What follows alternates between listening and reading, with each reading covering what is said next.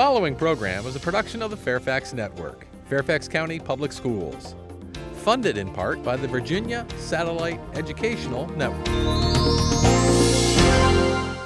This program was made possible through generous support from the Donald W. Reynolds Foundation to George Washington's Mount Vernon Estate and Gardens. Shaping the Presidency is a co-production of the Fairfax Network and George Washington's Mount Vernon Estate and Gardens.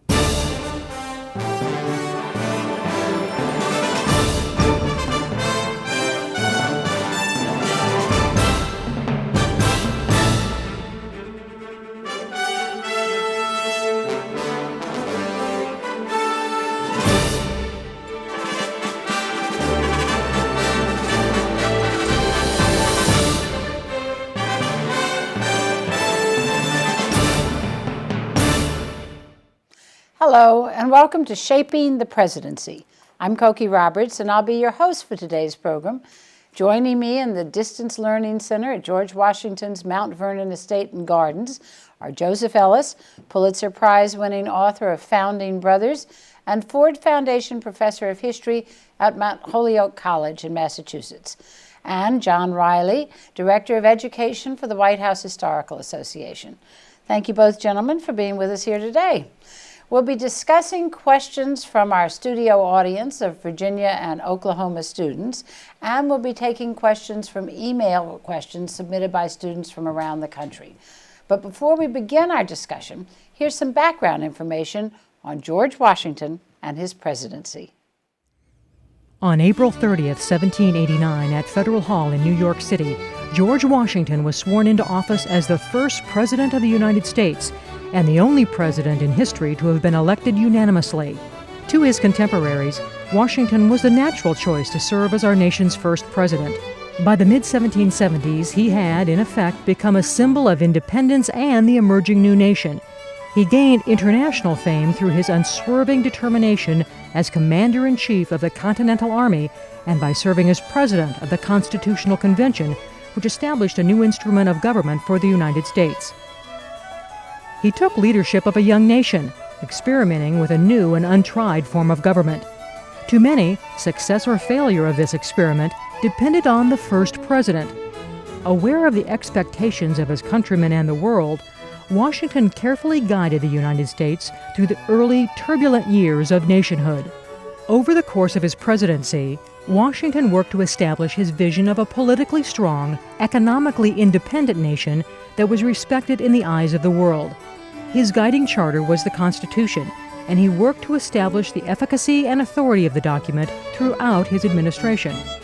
Washington invoked constitutional precedent in three major instances: the Neutrality Proclamation in 1793, the Whiskey Rebellion in 1794, and the Jay Treaty in 1794. In addition to international and internal threats to the nation's stability, he was tasked with lowering national debt, establishing a viable banking system, appointing the Supreme Court, establishing treaties with Indians that would open the West for American expansion, and a myriad of other challenges. Shortly after assuming office, Washington wrote to historian Catherine Macaulay Graham that he walked on untrod ground. He was acutely aware that his actions and decisions as the nation's first president would set precedent for those who followed. Consider the challenges he faced. The United States had just fought a long war to escape the tyranny of monarchy. Washington had to ensure that every aspect of the president's policies and lifestyle conformed to the ideals of Republican government. Strange as it may seem to modern Americans, matters of presidential etiquette created much controversy in the new government. The explosive power of arguments concerning Washington's social life grew out of the fact that there was nothing concrete nor established that the American people could visualize when thinking of their nation, except for George Washington, and, through him, the office of president. No detail was too mundane when considering how the president would appear in the eyes of Americans and the world. Washington's first presidential term focused largely on organizing the executive branch of the new government and establishing administrative procedures that made it possible for the government to operate with the energy and efficiency he believed were essential to the future of the new republic. With the failures of the Articles of Confederation fresh in his mind, Washington believed that the federal government, as the embodiment of all of the people and states in union, should be supreme. In order to maintain and reinforce this distinction, he was careful not to subordinate himself to state officials. Many historians agree that Washington's brilliance lay in his ability to listen to opinions, often very diverse, and set a course of action. One of his most important presidential precedents was establishing a cabinet of trusted advisors. He deliberately selected experienced men who offered diverse points of view, believing they would provide the perspective he needed to make strong decisions. As his first term drew to a close, Washington became increasingly concerned over the growing partisanship within the government. Although he despised political partisanship, he could do little to slow the development of political parties. One of his primary goals as president was to develop a national character free of sectional differences.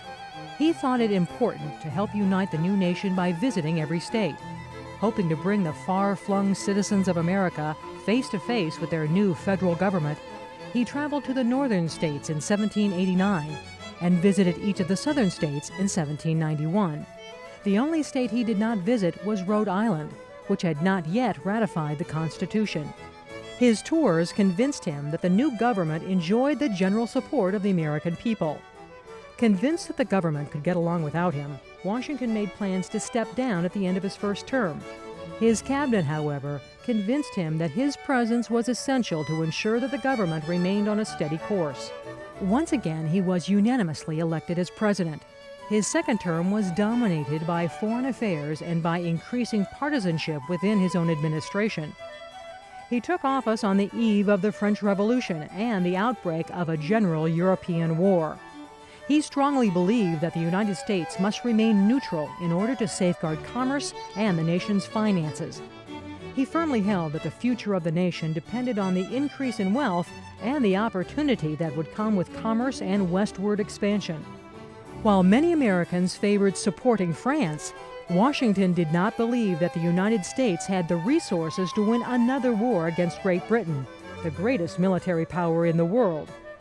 Despite bitter opposition to the Neutrality Proclamation at the time, one of Washington's greatest accomplishments was keeping the United States free of war, giving the nation a chance to grow in strength while establishing the principle of neutrality that would shape American foreign policy for more than a century. By 1796, Washington was ready for retirement, and no one could persuade him to accept a third term as president.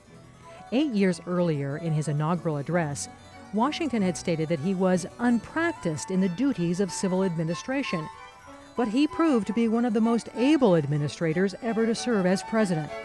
He exemplified fairness and integrity in his appointments and decisions, assuring Americans that the president could exercise broad executive authority without corruption, and he executed the laws with restraint, establishing precedents for broad-ranging presidential authority. Washington set a standard for presidential integrity rarely met by his successors, though he established an ideal by which they are all judged. Well, with that wonderful background on the Washington presidency, we're going to start our discussion with some questions from Miss Collins' class, Horizon Middle School in Osceola County, Florida. So the first question, we just heard that Washington was elected unanimously in both of his elections. Who ran against him the first time?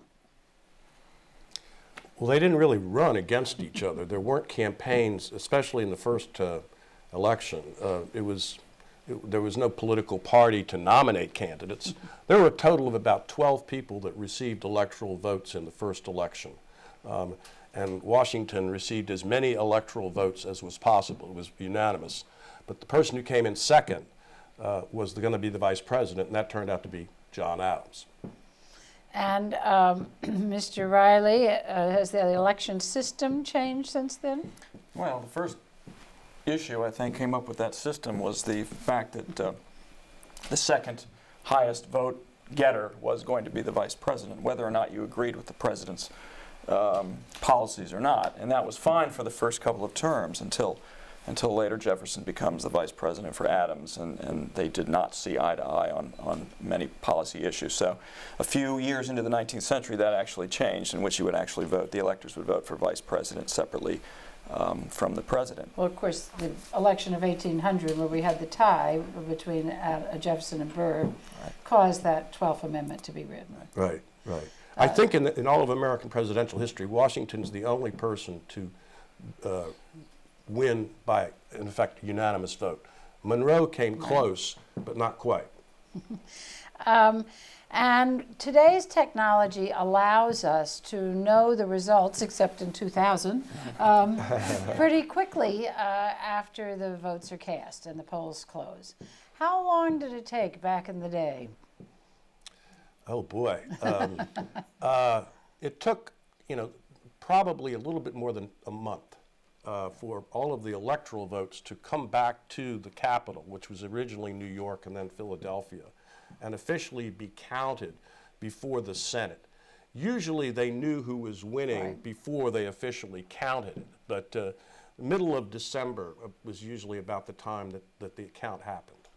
Yeah, Washington knew, certainly had to sort of pretend he didn't know that he was going to be the first president, but he was definitely making plans, starting to write his address, make sure that his management of Mount Vernon was going to be in good hands when he left. So he certainly knew that Charles Thompson, the Secretary of Congress, was going to be knocking on his door at some point. It didn't happen until mid-April, and then a couple of weeks later he was in New York for the inauguration. Mid-April after a December election, right? Of course, he pretty much knew he was going to be president from the minute he presided over the Constitutional Convention, that he was likely to be called to be the first president. Well, we have a question from Charles Lakakos, a student at Chevy Chase Elementary School here in the district area. And he'd like to know, did people campaign for office in Washington's time? Now, you said, Professor Ellis, no real campaigns at that No, time. in fact, from Washington's point, Washington comes from a different world. The political culture we've created up here in the present is one that he would not recognize. From his point of view, if you actually campaigned for office, you were almost committing an act of prostitution. And anybody that actually promoted himself for office was unofficially declaring he was unworthy to serve. So that the whole notion of a political campaign in which the candidate went out and beseeched the electorate for votes was alien to his psyche. And he would have a tough time understanding the marathon campaigns of the 21st century. And in that sense, he really is part of a classical tradition which we no longer are part of. But Mr. Riley, by the time of even the Jefferson-Adams election in 1796, they had surrogates campaigning for them. They did. They had the and they were use very of interested newspapers. in the results. Absolutely.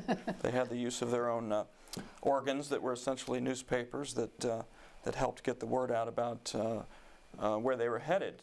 But going back to the campaigning, it makes it fun to think about polling and what George Washington would think about polls. I mean, I just can't believe that he would look askance at getting the pulse of women and men on the street in terms of what direction the country should be headed. Well, I actually want to take issue with that because we just saw in that excellent tape his trips north and south, Yes. and in his diary he's very explicit about how pleased he is at the response of the people to the federal government and how they feel that it should continue.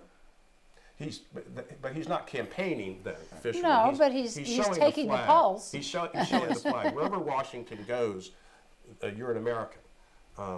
Before he shows up, you're not an American. You're a Georgian or a New Englander, and so it's a really important promise that he keeps to visit every state. By the way, he does go back to Rhode Island After they ratify. After they ratify, but I tend to agree with John that the act of campaigning is something that he really. Oh, no, I was saying the polls. Okay, They're taking the polls, right? We have a question from our audience here. You have a question for us? Hi, I'm Christina, and I go to Garfield High School. And my question to the panel is, if George Washington had campaigned, what would have been his #1 campaign promise to the American people? Union, I think. Uniting the states, uniting the resources and all the energies of the states and bringing them together. Not unlike what we hear today in terms of bringing disparate points of view together, listening to those points of view, but in the end, sort of we're all in this together. We're all Americans together. And it would seem to me that that would be one primary message he would want to. Yeah, read the farewell address, and that's his abiding conviction, which he would have campaigned on too, that to come together as a people, to make the term the United States a singular instead of a plural noun. We must remember, it wasn't a singular noun then. There really wasn't a nation that existed in the way that we think of it now. It was something that Washington was helping to create, still a work in progress. And well into the 19th century, people referred to my country as their state. And as an interesting point about the singular noun, of course, in the French, it still is plural. That's right. The United States. We're going to go back to our far-flung students. Ms. Smith's 8th grade class in Paxton Center School, Shrewsbury, Massachusetts, asks, today the press seems to play an integral role in the election process. How important or effective was the press in Washington's time? How did candidates get the word out to the general public? Or did our founding fathers even feel it was necessary to react to broad public opinion or seek approval from the general public? You've talked about that a little bit, about Washington, but certainly by the time of Adams and Jefferson, they were worried. In the first election, there's nothing like this, but starting in 1792, in the second, when he's reelected, and then it blazes into the open in 1796 and 1800, you have real partisan politics going on with newspapers on both sides. Many of these newspapers are much like our modern-day tabloids. There were no rules for the press then, but they took sides in a very, very partisan fashion, and certainly the candidates were aware of that. And Washington came in for a good deal of criticism in the newspapers, especially in his second term, and stories were published about him that were outright lies. So the notion of dirty politics is not a modern invention. That was very much part of what was going on then, and Washington had a difficult time comprehending it. It just seemed to him like dissonant noise that ought to stop. Well, recently we took our cameras to a local area high school and asked the question, what made George Washington a great president? George Washington was a great president because of his air of leadership. He was exactly what the people of that time needed. He was a strong military leader with a lot of foreign policy experience. He had the right thoughts, bright personality. He was honest. He was genuine. He truly wanted what was best for the country and the people. He wanted to serve the people. He didn't want to control them. One of the things that really stuck out about Washington was his charisma. People said he was like a rock star in his day, and people were immediately drawn to him. He knew how to exercise his power. He unified Hamilton and Jefferson, who hated each other. He was the best man for the job at the time. No one else could have done what he did. He gave up his personal life for the country to make it better. He set a lot of precedents and policies to be used for all future presidents. By focusing on domestic policy rather than foreign policy, he helped us become a stable nation. So we have some more questions from afar. Ms. Gonerman's 8th grade class, Tierra del Sol Middle School in Poway, California, ask, as the first president, George Washington had no example to follow. What guides did he use to shape the presidency? What challenges or struggles did he face, and were they similar to the issues that confront our nation and president today? John? Well, in terms of the challenges, I would think we've already touched upon a little bit that are with us today, and they've been with us for 200 years, and that is, in a Republican government, you are essentially giving most folks a say. In his time, it was a smaller group of people a say. But when you do that, you're sort of opening the floodgates, and you have to be aware that you're going to have to compromise. And I found probably it was a little difficult in the beginning for him to compromise. And probably didn't feel like he should have to compromise, at least in the first couple terms. So, but that tension between the people's voice and the governors at all levels' voice, and sort of who makes the final call, I think is a tension that we're still living with today. But the tape pointed out, and you have written about, it was not just the formal governmental institutions which he was having to create and figure out. It was, as they pointed out, etiquette, how he entertained, what Martha Washington was allowed to do by way of going out to dinner. Those kinds of things were also just, they were making it up from whole cloth. And the shadow of monarchy hung over everything. The discussion in the Constitutional Convention of the presidency, or the executive branch, was a discussion which everyone knew Washington was going to be the first choice. But they also did, if you read the Constitution, it says a lot about how to elect a president. That's how we get this weird contraption called the Electoral College. And it says a lot about how to impeach him. But it doesn't say very much at all about what he should do. And that's because they didn't want to commit themselves to anything that looked monarchical. And so Washington's whole first term was under the shadow. And when they have these levees, these social functions on Wednesday afternoons where you got to meet the president, it was part court and part sort of home parlor. And Right. It was an attempt to send a middle note that was partly royal and aristocratic and partly Republican, simplicity. But they were, again, as Cokie suggests, they're sort of improvising on the edge here. Well, where you did that mattered as well. I mean, in New York, pretty much the finest house they could find that wasn't privately owned, as well as in Philadelphia, was turned into the president's house. Washington was the only one not to live in the White House. Adams was the first to live in the White House. So there were, building constructions. They were bouncing out walls and building round-shaped rooms that later we see in oval rooms in the White House, so that the visitors could come in and do their bows to Washington. And it was pretty stilted, I think, and pretty awkward. And the dinners were a little bit. The dinners could have been a little bit warmer than that, but the levees were stilted. Mrs. Washington had her own levee, though, and that opened up the president's house, I think, to the ladies. Let me respond to part of the question that we haven't addressed, and that is how Washington managed. I mean, remember, Washington had enormous managerial experience, both as the manager of this place, Mount Vernon, and then for 7.5 years as head of the Continental Army. And in some sense, the cabinet system is Washington's imposition on the government of the Council of War system that he ran when he was commanding the Well, I'm army. going to stop you there because that is our next question. Okay. So, and it is from Mr. Farrar's class at Nettleton Middle School in Amory, Mississippi. And it was, how did he envision the role of the cabinet? And does the cabinet today serve the same role? And how about those advisors that he picked? Were they good ones? First of all, the advisors that he picked, the first cabinet is comprised of probably the most illustrious group of people ever to serve in the cabinet of the President of the United States. You got John Adams as vice president, officially not a member of the cabinet. This is pre-Dick Cheney days. And but Thomas Jefferson as Secretary of State and Alexander Hamilton as Secretary of Treasury are two of the most, the greatest names imaginable. And Henry Knox. Henry Knox is Secretary of War, who's been with him as his head of artillery for 7.5 years. And what's Randolph as the Attorney General, officially not a member of the cabinet either. But he picks people on the basis of talent. He's got a tremendous eye for talent. He's always had that. And he's very much wanting to bring together the smartest people and to ask for their opinions and not afraid of conflict. But the way he would do it, that's very interesting, he would ask them all to submit written opinions without telling them what his opinion was. And so he ended up getting conflicting advice, especially when you get to the arguments over the bank and controversial matters like that. I think Jefferson called him the hub of the wheel. Hub of the wheel, essentially. Right.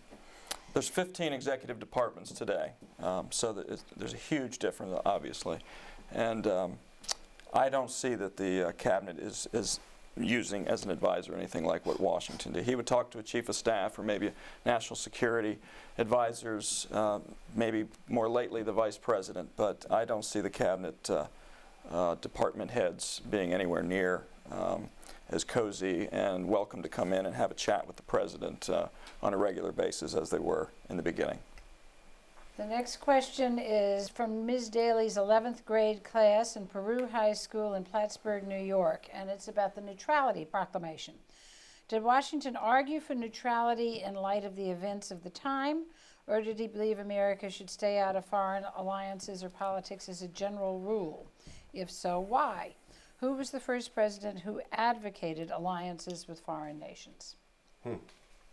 Washington declared this neutrality position in 1793 because France and England or Great Britain went to war, and we were going to be asked to take sides. We already had a treaty with France, the Franco-American Treaty of 1778. So the Neutrality Proclamation is basically saying, forget about that treaty. We're not going to abide by that.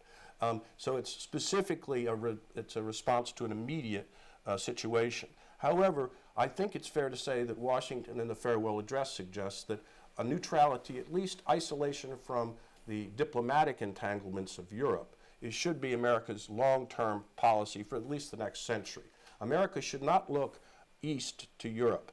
The future is west in those forests that he explored as a young man, and the consolidation of the continent over the course of the 19th century. And in some sense, foreign policy was negotiating with Indian tribes, who were in some sense more important to us than France or England. Well, looking west actually gets us to the next question, which is from Mr. Hart's 8th grade class at Joseph A. DePaulo Middle School in Southington, Connecticut. And he wants to know, what, if any, precedent did Washington set when he called out the militia to put down the Whiskey Rebellion? Well, I think long-term, not much. I mean, he's the only one that did that. Madison went out during the War of 1812 to observe on horseback, and that didn't go very well. He didn't get back to the White House until it was in flames. Right. But it did help establish, I mean, the Constitution, he is the commander-in-chief. What does that mean at that time, especially at a time when he's seeking to stay out of war? So what is the role of the commander-in-chief in those early years?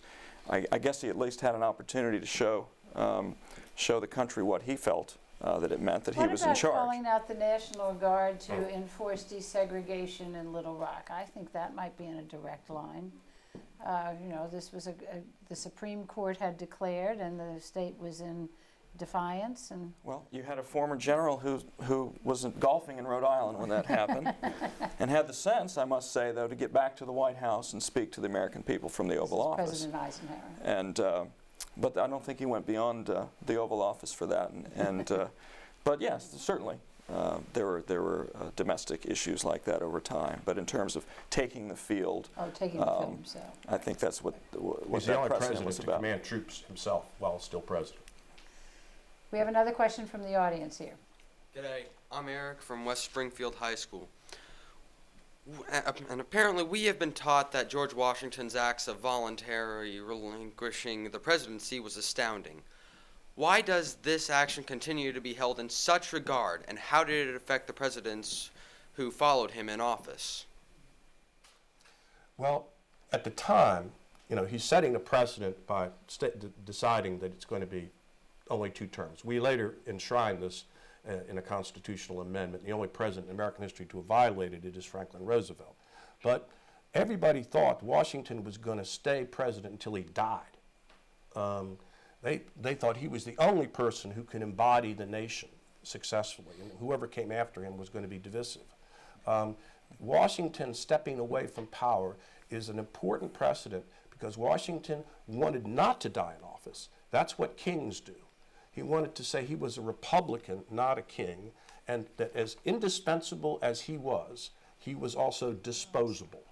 That was a very important point from his point of view. President, in terms of a couple come to mind, Theodore Roosevelt certainly had an opportunity and certainly considered at least a 3rd term. Now, he took the 1st term because McKinley died in office, but he later regretted that and came back, in 1912 to try again.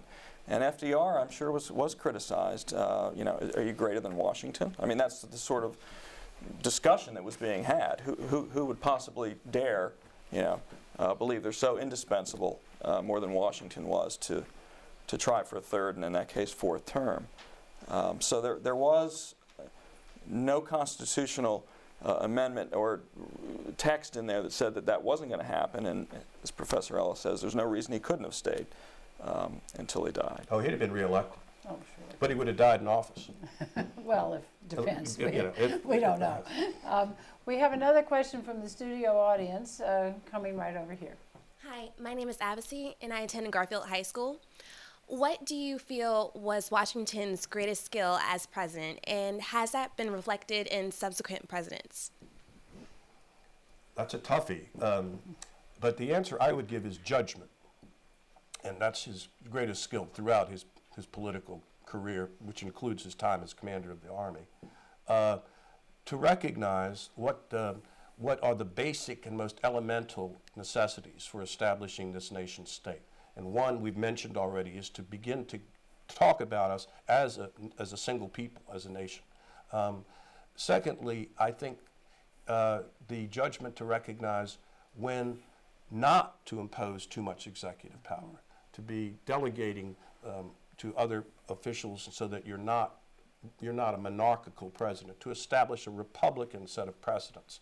But the judgment about what the basic issues were and what the peripheral issues were, which is a very important and fundamental kind of quality. I think he also had a good, in fact, a great skill to understand perception and what the people were going to think about him, and go back to symbolism. He sort of understood, and that does play into the same thing. How much power does the executive take unto himself, and to make sure that he's not intruding upon the judiciary or the Congress? And so I think he had an idea of, it's not really the pulse of the people as much as it's understanding the perception of all those precedents he's setting. And he was able, I think, as best he could, to sort of stay above the fray in terms of the partisanship at the time. I think he grumbled a little bit to himself, certainly, yeah, and to a few others. But I think publicly he did a very good job on rising above that during those 8 years. It was more and more difficult for him to do that. And in his retirement, he sort of stewed a lot in his study here at Mount Vernon about the way the nation was going. Yeah. We have another question from a field.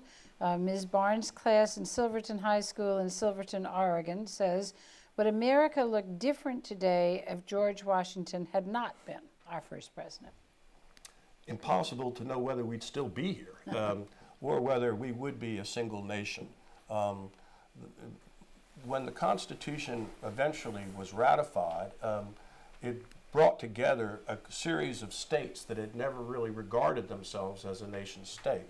And without Washington as the singular figure to embody that nation, it's difficult to know whether or not this experiment in republicanism that, what did Lincoln say, that sometimes the last best hope of mankind, whether this would have really endured or not. You can't go back and run the tape again, but it is the singular figure that Washington represented that allowed the nation to rally around a single cause. And people at the time believed that. Oh, they yeah. said it quite explicitly.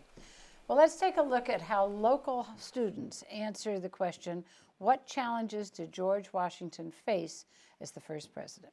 He had to establish the presidency for everyone else who would come after that. As the first president, he probably didn't really have anyone before him to set a good example. But not only was he the first president, but he was also the first president of a brand new nation. Everything he did would either make or break the new government. Because he had to interpret the Constitution. He was kind of cautious in his interpretation. He had to make sure that the new form of government in the Constitution would work. He created the cabinet. He started the foundation of our country. He also had to pick the first 3 Chief Justices. Everything was new. He had to set precedents such as 2 terms in office. He knew that every action that he undertook had to be something that could be followed for generations after.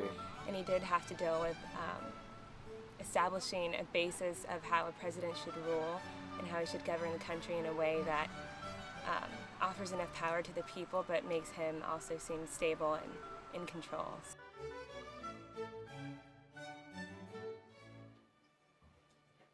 So we're going to start this segment with a question from our studio audience. Hi, my name is John, and I attend Altus High School.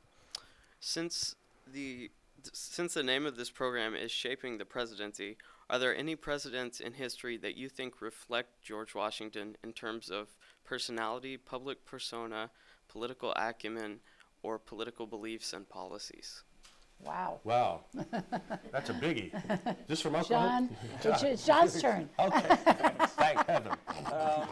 Well, I think that you maybe take a look at presidents who take office during a crisis. That would be one way to judge and to see if they learned. There was no bigger crisis, but there are some similar crises, public debt and war, or the threat of war, at least in that time. But so it makes you think of Lincoln and FDR and great economic and foreign policy issues that are on the plate of the president the day he goes to work. So in terms of personality, that's tough. Let's see. Did anybody speak less than Coolidge? Maybe we'll go through that. I think he's one of a kind.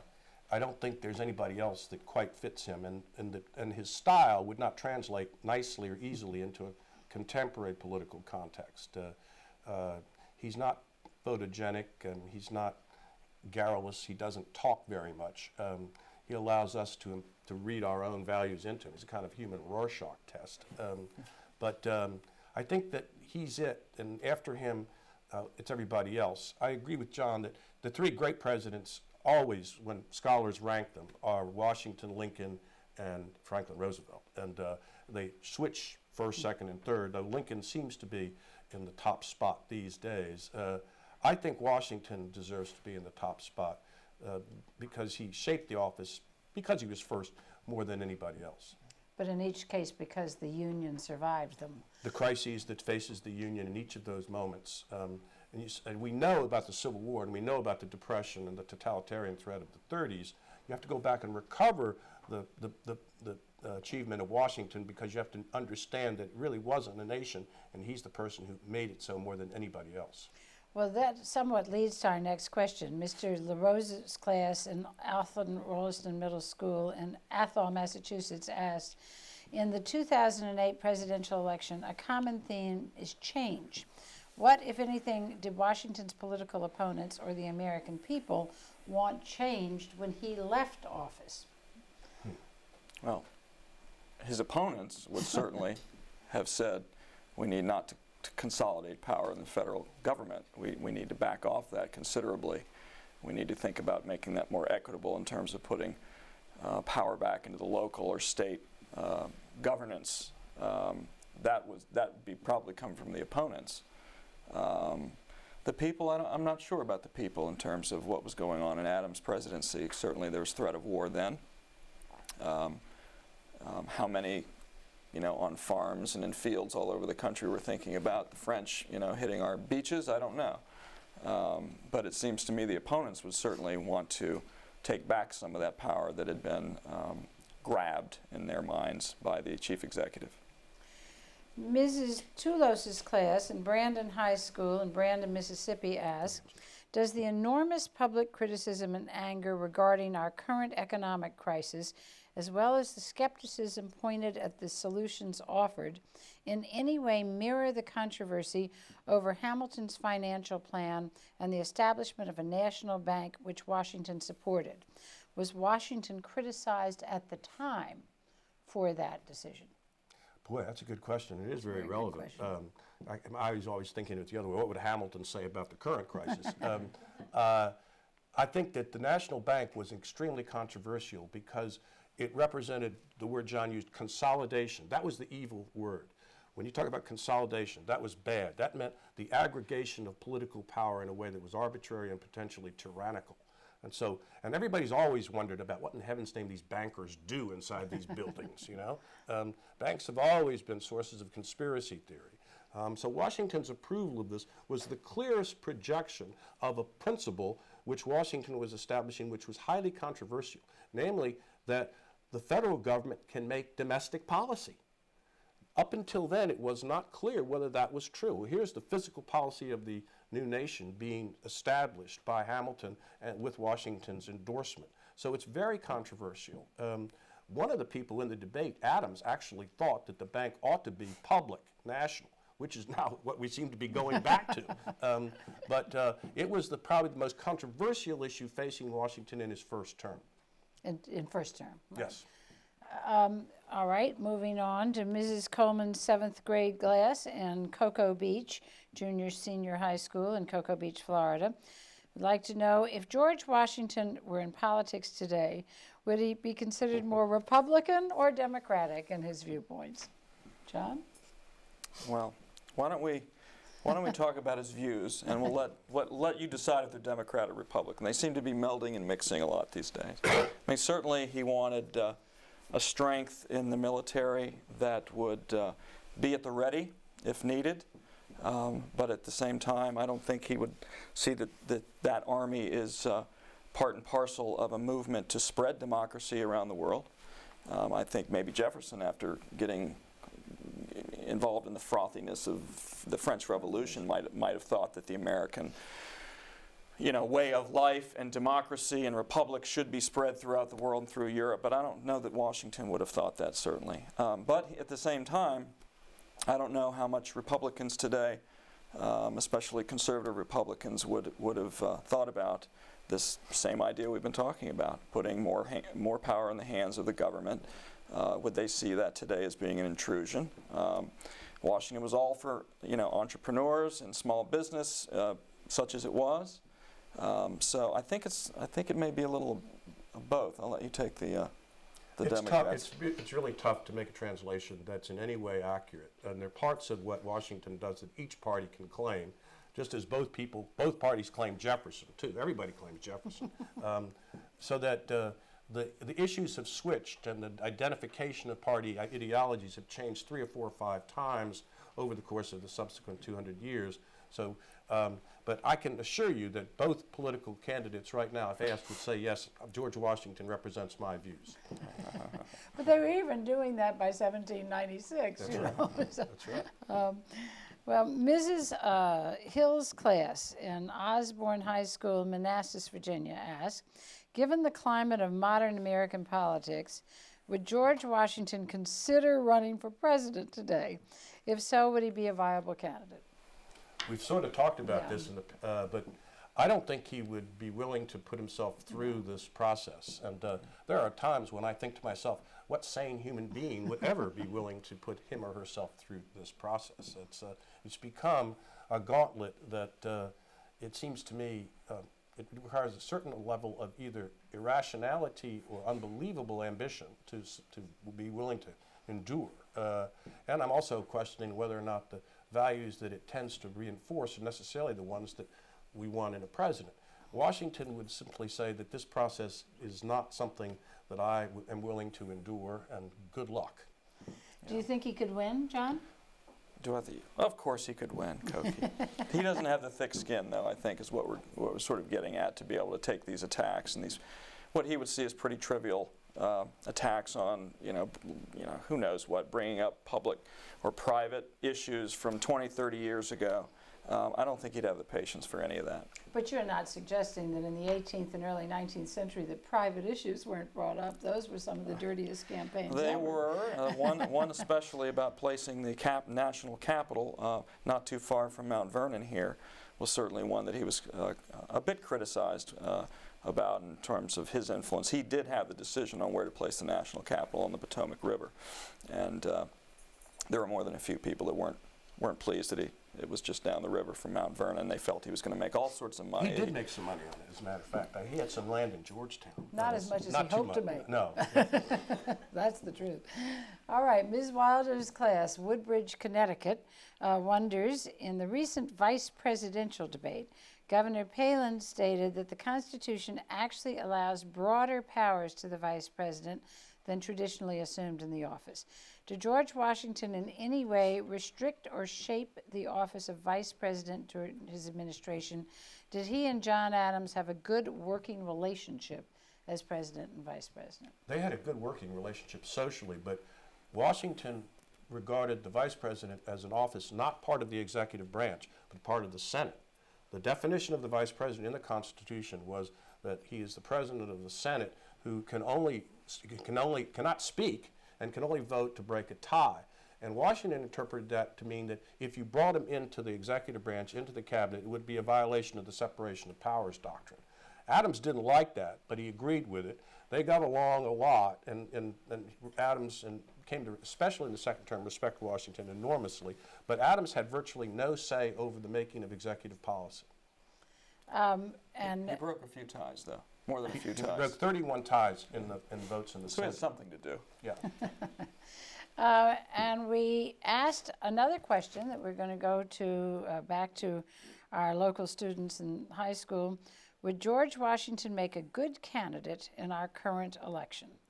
He would be a good candidate mostly because of all his support, and when a person has a lot of support behind him, they can do a lot of great things.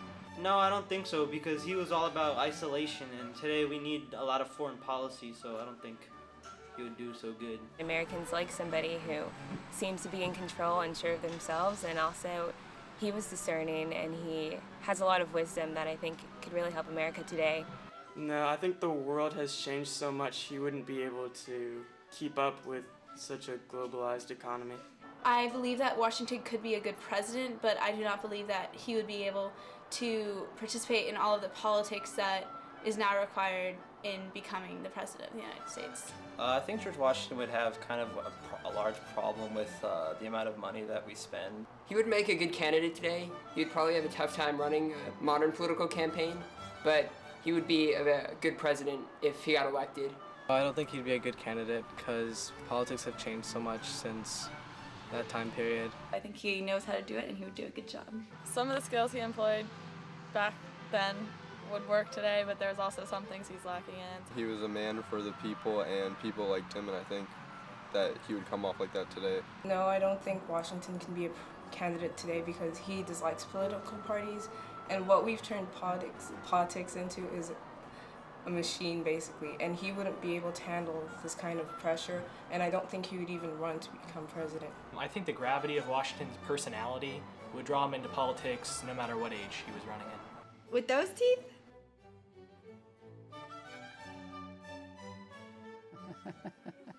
So now we're going to have a little free-for-all here in the studio with questions from our very fine students here. So who has the first question? We have a couple of microphones that are going to be moving right here. Right? Can we get second row in the middle here? Tell us who you are and where you're from. I'm Lindsay from West Springfield High School, and although the idea of party politics was not prevalent during Washington's terms, how do you think his presidency affected the evolution of the parties, especially in terms of his relationship with Hamilton and Jefferson? To some extent, the creation of political parties was one of the great geniuses of the founders, even though they rejected it because nobody wanted to claim that they were a member of a party.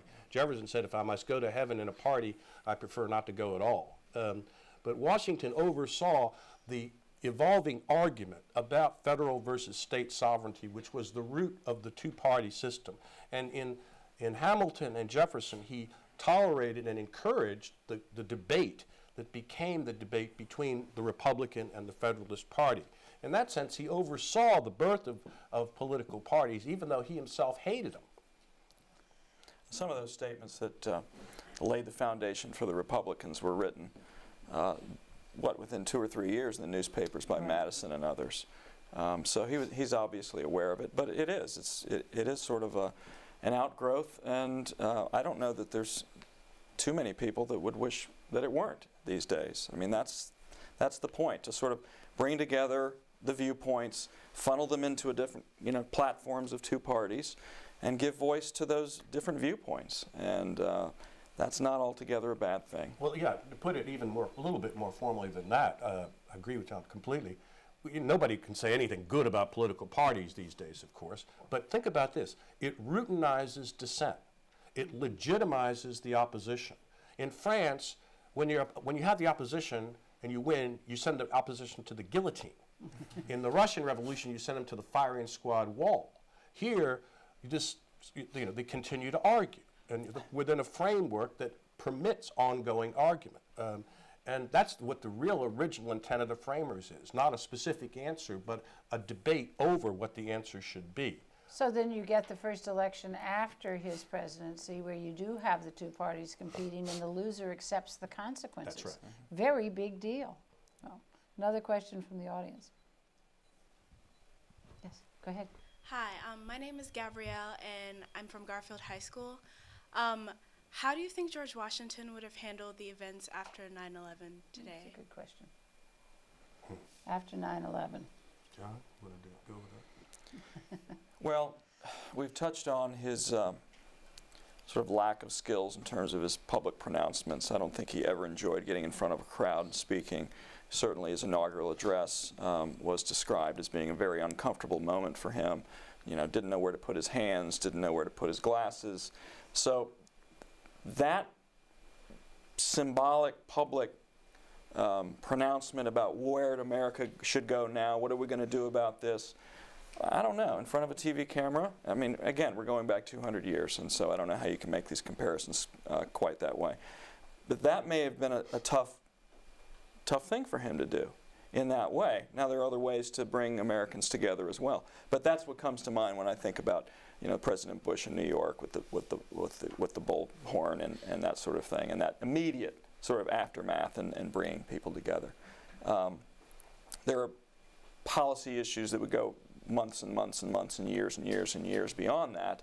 But that, I don't know how he would handle that. It's hard to say, but and he's certainly not telegenic. The farewell address was never given as an address. It was actually sent out as the newspapers. Nevertheless, I think he would have said, the only thing we have to fear is fear itself. We have another question from right here in the front row. Hi, I'm Virginia. How would General Washington feel about the current war in Iraq? Well, first of all, he wouldn't know where Iraq was. Because it wasn't. He wouldn't know about Osama bin Laden or weapons of mass destruction, and so, you know, you're asking again a question that throws him into a context that is so different. However, I'll risk some kind of speculation. I think he would say that the American predicament in Iraq reminds him a bit of the British predicament in North America during the Revolution. They don't have enough troops to actually occupy the country completely, and so traditional definitions of military victory don't apply, therefore I'm not saying he's going to sympathize with terrorists or anything like that, but that he's familiar with the military problems of occupying a country with a population that size. Do you want to add anything to that, John? Well, part of it has to do with national interests, which Washington certainly felt that you know, rhetoric about spreading democracy throughout the world and freedom throughout the world, I think would be of less interest to him than recognizing national interests and recognizing that they're temporal and that nations are looking out for themselves, and when they need to ally with others that are also looking out for the same thing, that's a great thing. But these are not necessarily long-lasting relationships. These are not personal relationships. You know, nations get what they want out of what they're doing, and then they should have the option to back away from that. So in terms of Iraq, I think, you know, you can decide what the national interests are if you don't think of it in terms of spreading democracy, whether it was oil or you know, what are the get down to the nitty-gritty about what that was about in terms of what it does to help American interests. And I think that's probably the way he would look at it more than he would you know, spreading the sacred fire of liberty abroad. Okay, we have another question right here. Hi, I'm Elizabeth from West Springfield High School, and I was wondering, how would the media affect Washington's presidency as it does today? Well, he hated the press by the time he left office, which was hardly unique among presidents. No. He didn't like the press he was getting because he was getting some criticism. They were the Aurora's paper in Philadelphia that publishes forged documents. The British forged them during the war, claiming that Washington was a traitor, sort of he wanted to do what Benedict Arnold did. And these were known to be forgeries, but they were published as if they weren't, sort of accusing him of this preposterous kind of stuff. They were also suggesting that John Adams, if he were elected president in 1796, was going to crown his son, John Quincy, king, and was going to. And there was a boatload of prostitutes on the way from London to land in Philadelphia. Charles Cotesworth Pinckney had gotten for it. Yeah. So there's a lot of dirt going on out there, and so he was familiar with that. The barrage, the 24/7 barrage that we have now, is something I don't think he would understand or be willing to tolerate. I can't see how anybody tolerates it, as a matter of fact. So the influence the media has over policy is something that he would not like. Some presidents have attempted to speak directly to the people, to not have that filtered through media, journalists, and maybe they give the local radio stations, come to the White House, for instance, now, and they get direct access to cabinet members and staffers. And this attempt to sort of speak directly to the people rather than having their words maybe twisted or interpreted in a way that they don't appreciate. So that's part of it. I mean, Washington did that in his way by making these tours. Whatever they were writing in the papers, this is who I am, and you need to see me, with your own eyes. And if you think about 4 million people in America at the time, how many people had really laid their eyes on George Washington before those tours? A tiny fraction, really. So. All these people stood in line in a big storm somewhere in Massachusetts to see him. And they all got sick, and they named the epidemic after him. And he wrote home about how beautiful the women were in each of the places that he was visiting.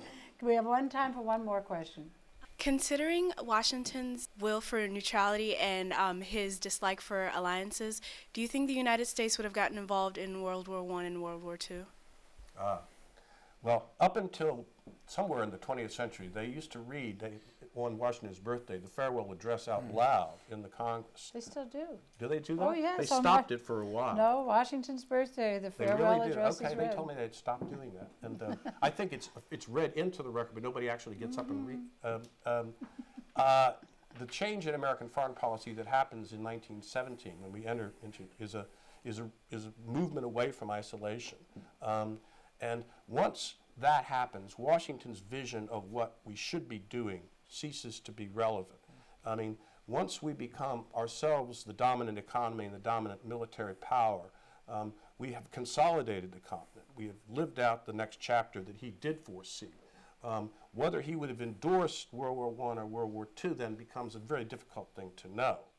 Hamilton would have endorsed both of them. Right, and led the troops. But I mean, the Jay Treaty was an alliance of sorts. I mean, it was a trade treaty, but it was a very controversial treaty, and it was something he was willing to enter into and to fight for. Yeah, it's living to fight another day, and hopefully another generation or two, before you're dragged into something that clearly the United States would not be ready for. And I think that realism and the way he attacked these kinds of problems with that realism is the best way to understand him. It doesn't mean that 100 years later, as we're going coast to coast and become a world power, I think, again, all bets are off, and you have to look at it in a different way. Well, that's got to be your final question, but this has been a terrific session. Thanks to all of the students, both here in the audience and around the country, who've asked such interesting questions. And thank you to our panelists, Joseph Ellis, John Riley, and thank you to Mount Vernon for hosting this event. A DVD of this program is available to schools free of charge, so for more information, please go to our website, www.fcps.edu/Fairfax Network. Quantities are limited, so get there quickly. I'm Cokie Roberts. Thanks so much for joining us for Shaping the Presidency.